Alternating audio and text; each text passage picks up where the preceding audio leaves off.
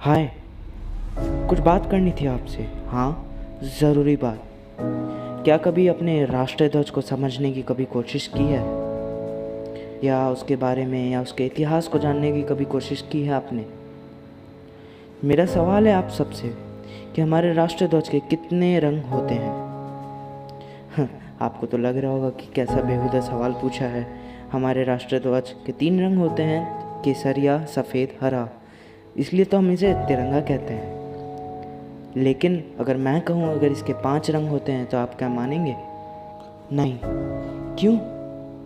इसके 5 रंग कैसे होते हैं मैं बताता हूँ आपको। पहला रंग होता है केसरिया, जो हमें निडर होकर मुश्किलों का सामना करना सिखाता है। फिर आता है सफ़ेद रंग, जो शांति और शिष्टाचार का पाठ पढ़ाता है। फिर आता है हरा रंग, जो हमारी मिट्टी की सुंदरता और उसकी शुद्धता का दिखलाता है।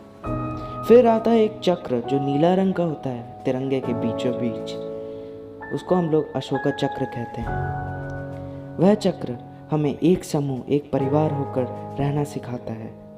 ये हो गए 4 रंग। फिर एक आखिरी रंग होता है लाल धब्बा, जो एक निडर, एक जाबाज, मजबूत दिल को लेकर हम सब का ख्याल रखता है। किसी का रक्षाबंधन के रूप में, किसी के सुहाग के रूप में, या उस जाबाज के दिल के टुकड़े का जिसका बच्चा उसकी ताकत हो। ऐसे बहुत स्वरूप हैं उनके। जब वो घर तो आते हैं, लेकिन तिरंगे में लिपट कर, एक लाल धब्बे को लेकर, कितनी अच्छी खासी खूबसूरत ज़िंदगी पर सारे रंग ले जाता है ये लाल धब्बा, और छोड़ जाता है तो बस अपना छाप। ये लाल धब्बे का बोझ भी बहुत भारी होता है। ये सिर्फ अपने ही समझ सकते हैं, जिनके दिलों में ये लाल धब्बा रह जाता है। वो हर पल घुट घुट कर जीते और मरते हैं।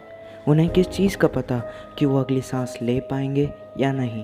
बस एक ही चीज़ उनको मजबूत रखती है, वो है भरोसा और विश्वास। जैसे एक बच्चे को आप हवा में उछालते हो तो वो खुश होता है, क्योंकि उसे भरोसा है कि आप उसे वापस गोद में ले लेंगे और उसे बचा लेंगे। और जैसे आप सोने से पहले हमेशा अलार्म लगाते हैं, लेकिन किसको क्या पता कि कल आप उठ पाएँ या नहीं, अगली सांस ले पाएँ या नहीं, लेकिन फिर भी आपको विश्वास है कि आपका अलार्म कल सुबह बजेगा और आप उठेंगे और अपने कामयाबी के रास्ते पे फिर चल पड़ेंगे। यही है भरोसा और विश्वास।